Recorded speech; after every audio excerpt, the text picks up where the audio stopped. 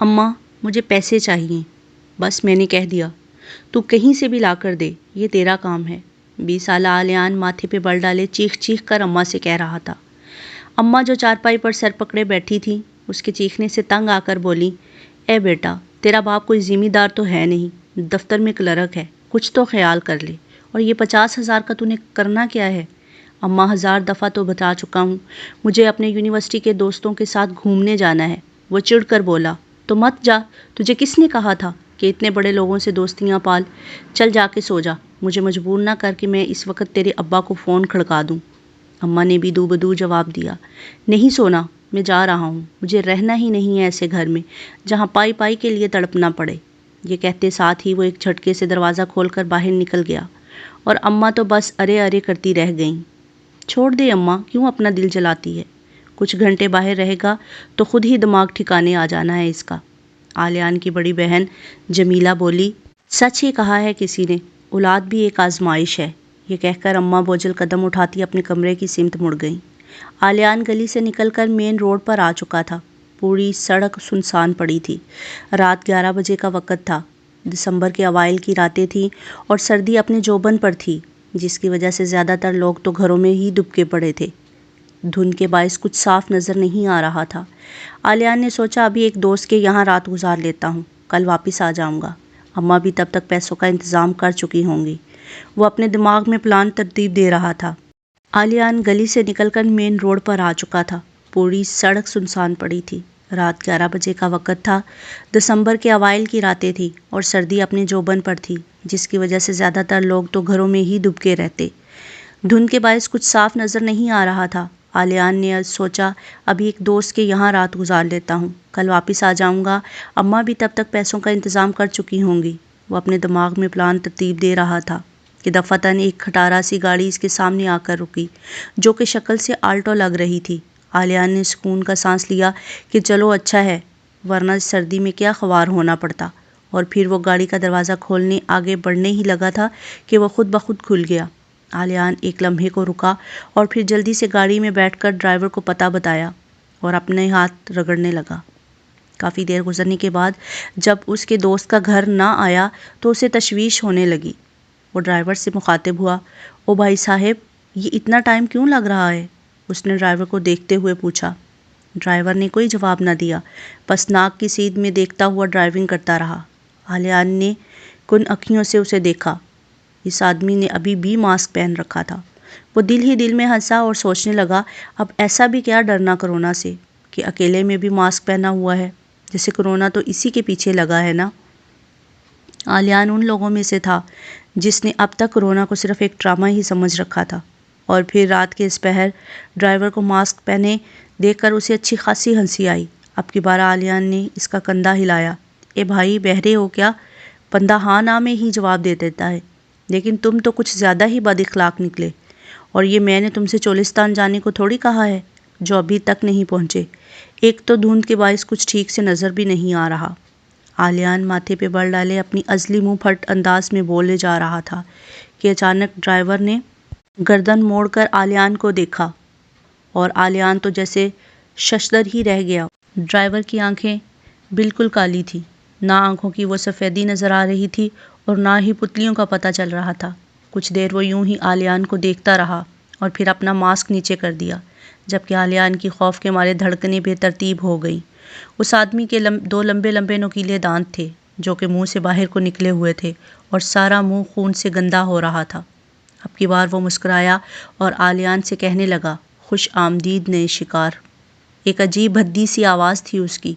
آلیان جیسے اچانک ہی ہوش میں آیا اور پھر کچھ بھی سوچے بغیر دروازہ کھول کر چلتی گاڑی سے چھلانگ لگا دی اور سڑک سے ہوتا ہوا درختوں کے بیچ جا گرا۔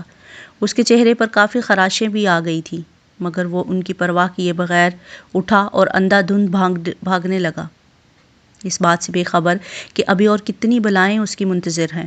تھوڑی دور جا کر وہ رکا اور گھٹنوں کے بل جھک کر اپنی ناہموار سانسوں کو ترتیب دینے لگا۔ اس یخ بستہ موسم میں بھی اس کے ماتھے پر پسینے کی ننھی ننھی بوندیں چمک رہی تھی۔ وہ کچھ یوں ہی کھڑا ادھر ادھر کا جائزہ لیتا رہا۔ اسے خبر ہی نہ ہوئی کہ کب بھاگتے بھاگتے وہ درختوں کے جھنڈ میں آ گھسا، جو کہ کسی جنگل کا حصہ معلوم ہو رہا تھا۔ تھوڑا آگے چلنے کے بعد آلیان کو اپنے سے کچھ فٹ دور ہی تھوڑی سی روشنی محسوس ہوئی۔ اسے تجسس ہوا کہ اس ویرانے میں یہ روشنی کہاں سے آ رہی ہے۔ پھر وہ اس روشنی کی جانب چل پڑا اور قریب جا کر حیرت زدہ رہ گیا کیونکہ وہ روشنی ایک جھونپڑی سے آ رہی تھی۔ اتنی سنسان جگہ پہ جھونپڑی کیا کر رہی ہے؟ آلیان کچھ دیر تذبذب کے عالم میں کھڑا رہا اور پھر اس جھونپڑی کے چھوٹے سے دروازے پر دستک دے ڈالی اور انتظار کرنے لگا۔ کچھ سیکنڈ کے بعد دروازہ کھلا اور آلیان کی تو آنکھیں پھٹی کی پھٹی رہ گئی کیونکہ دروازہ کھولنے والی ایک خوبصورت لڑکی تھی۔ جی کہیے، وہ لڑکی اپنی خوبصورت سحر انگیز آواز میں بولی۔ وہ مجھے پیاس لگی ہے، تھوڑا پانی مل جائے گا؟ آلیان نے تذبذب کی حالت میں کہا۔ ہاں ہاں، کیوں نہیں، اندر آؤ، کچھ دیر آرام بھی کر لینا، کافی تھکے ہوئے لگ رہے ہو، وہ لڑکی پراسرار مسکراہٹ کے ساتھ بولی۔ آلیان واقعی تھک گیا تھا، اس لیے وہ اس لڑکی کے ایک بار کہنے پر ہی اندر چلا آیا۔ اندر آ کر اس نے جھونپڑی کا جائزہ لیا۔ جھونپڑی میں قندیل پر 2 لالٹین جل رہی تھی جن کی بدولت وہ کافی روشن تھی۔ ایک طرف چارپائی پڑی تھی اور ساتھ ہی لکڑی کا چھوٹا سا سٹول اور میز بھی تھا۔ جھونپڑی کے ایک کونے میں چولہا رکھا تھا جس کے اوپر ہنڈیا پڑی تھی اور اوپر دیوار پر طاق سا بنا تھا جس پر کچھ برتن رکھے ہوئے نظر آ رہے تھے۔ وہ لڑکی سٹیل کا ایک ڈول تھامے آلیان کے پاس آئی اور کہنے لگی، لو یہ شربت پی لو، میں تب تک تمہارے لیے کھانا لاتی ہوں، تمہیں یقیناً بھوک بھی لگی ہوگی۔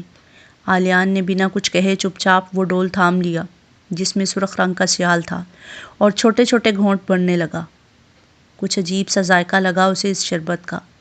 کچھ ہی دیر میں وہ لڑکی ایک پلیٹ اور چنگیر اٹھا کے لے آئی اور آلیان کے سامنے میز پر رکھ دی اور خود جا کر جھونپڑی کی کھڑکی کے پاس کھڑی ہو گئی۔ آلیان نے بغور اس کا جائزہ لیا۔ بلا شبہ وہ ایک خوبصورت اور حسین و جمیل دوشیزہ تھی جس کے کالے ریشمی بال کمر سے بھی نیچے تک آتے تھے۔ مگر یہ کیا؟ آلیان کو اپنی آنکھوں پر یقین نہ آیا۔ اس نے 1-2 بار اپنی پلکیں جھپکی مگر پھر بھی وہ منظر نہ بدلا۔ یہ اس کی نظر کا دھوکہ نہ تھا بلکہ سچ میں اس لڑکی کے پیر الٹے تھے۔ آلیان نے گھبرا کر نظروں کا زاویہ بدلا اور سالن کی پلیٹ کی طرف دیکھنے لگا مگر وہ یہ دیکھتے ہی دنگ رہ گیا کہ اس سالن میں انسانی انگلی پڑی تھی۔ اسے ابکائی آئی۔ وہ ایک جھٹکے سے اٹھا جس کی وجہ سے پلیٹ دور جا گری۔ تبھی اس لڑکی نے مڑ کر آلیان کو دیکھا اور پھر چہرے پر شیطانی مسکراہٹ سجائے دھیرے دھیرے آلیان کی طرف قدم بڑھانے لگی۔ آلیان نے دیکھا اس لڑکی کا روپ آہستہ آہستہ بدل رہا ہے۔ اب نہ تو وہ خوبصورت مسکراہٹ تھی اور نہ ہی وہ گورا رنگ۔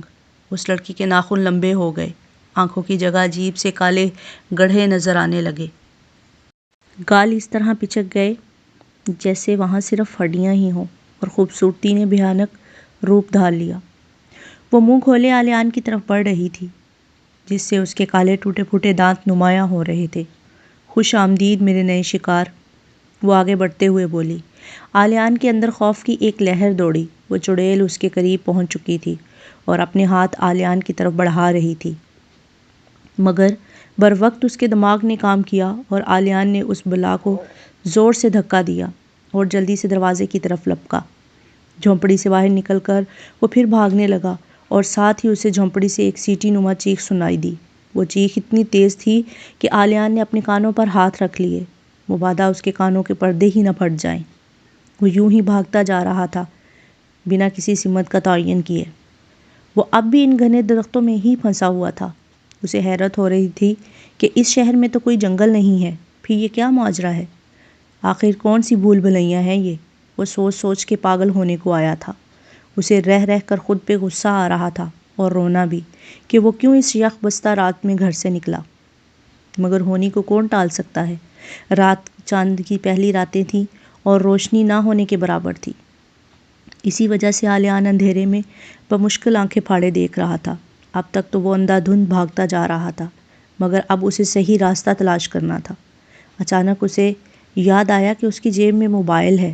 اس نے جلدی سے اپنی جیبوں کو ٹٹولا اور پھر موبائل نکال کر ٹارچ آن کر دی اور سڑک کی طرف نکلنے والا راستہ ڈھونڈنے لگا۔ بلا شبہ وہ ایک مضبوط اعصاب کا مالک تھا مگر اس پے در پہ واقعات نے اس کے ذہن کو جیسے معاف کر کے رکھ دیا تھا۔ وہ حیران تھا کہ آج کل کے زمانے میں بھی یہ سب چیزیں موجود ہیں۔ اپنی سوچوں میں گم وہ آگے بڑھ رہا تھا کہ کہ اچانک ہی اس کی نظر سامنے درخت کے پاس کھڑے گدھے پر پڑی جو سر جھکائے کھڑا تھا۔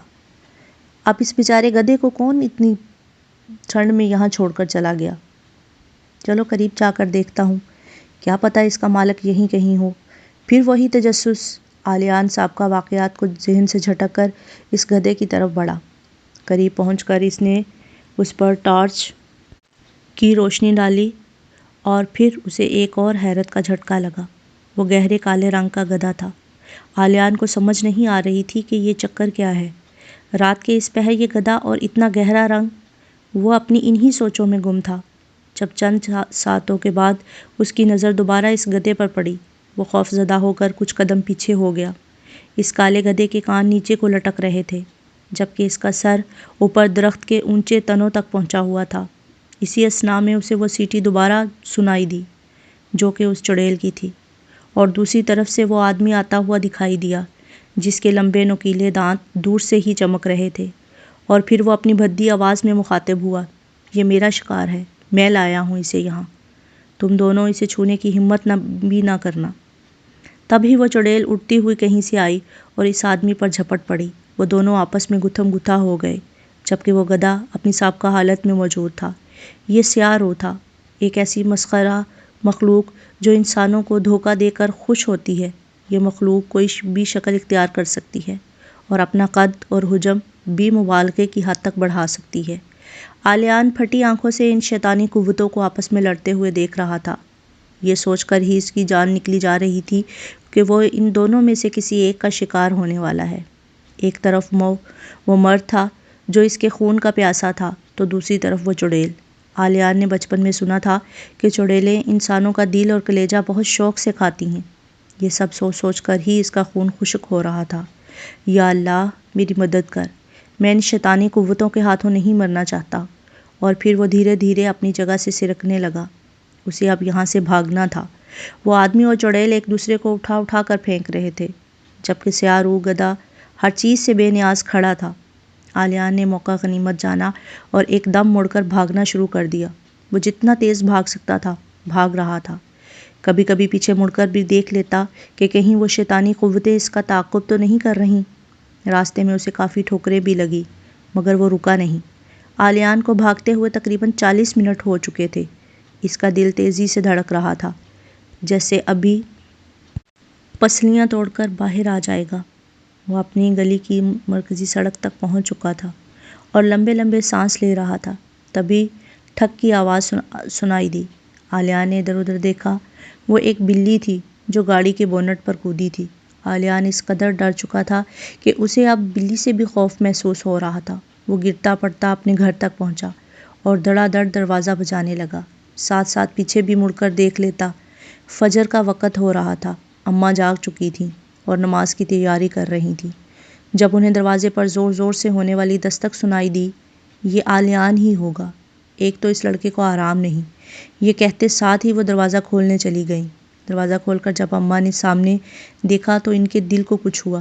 آلیان کی حالت غیر تھی۔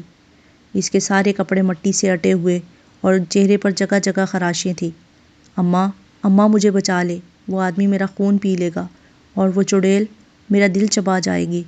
وہ خوف سے کانپتے ہوئے بے ربط جملے بول رہا تھا۔ اماں نے دیکھا وہ بخار سے تپ رہا ہے۔ وہ آلیان کو کندھے سے تھامے کمرے میں لے گئیں اور آرام سے بستر پر لٹا دیا۔ وہ خوفزدہ نظروں سے اطراف کا جائزہ لے رہا تھا اور پھر اماں کا ہاتھ پکڑ کر کہنے لگا، اماں تو یہیں بیٹھی رہنا میرے پاس، مجھے اکیلا مت چھوڑنا۔ اور پھر وہ بے ہوش ہو گیا۔ اس کی آواز میں کپکپاہٹ واضح تھی جو اماں نے محسوس کی، لیکن انہیں سمجھ نہ آئی کہ بات کیا ہے۔ کافی دن تک اسے بخار رہا، پھر آہستہ آہستہ اس کی طبیعت سنبھلنے لگی۔ سب نے بہت کوریدا کہ آخر اس رات ہوا کیا تھا، مگر وہ جواب دینے کی بجائے ان سب کو ٹکٹکی باندھ کر دیکھتا رہتا۔ زندگی اب اپنے معمول پر آ گئی تھی، مگر آلیان آج تک اس خوفناک رات کو فراموش نہ کر سکا۔ وہ اکثر راتوں کو ڈر کر اٹھ جاتا اور پھر اپنے ارد گرد گھورنے لگتا۔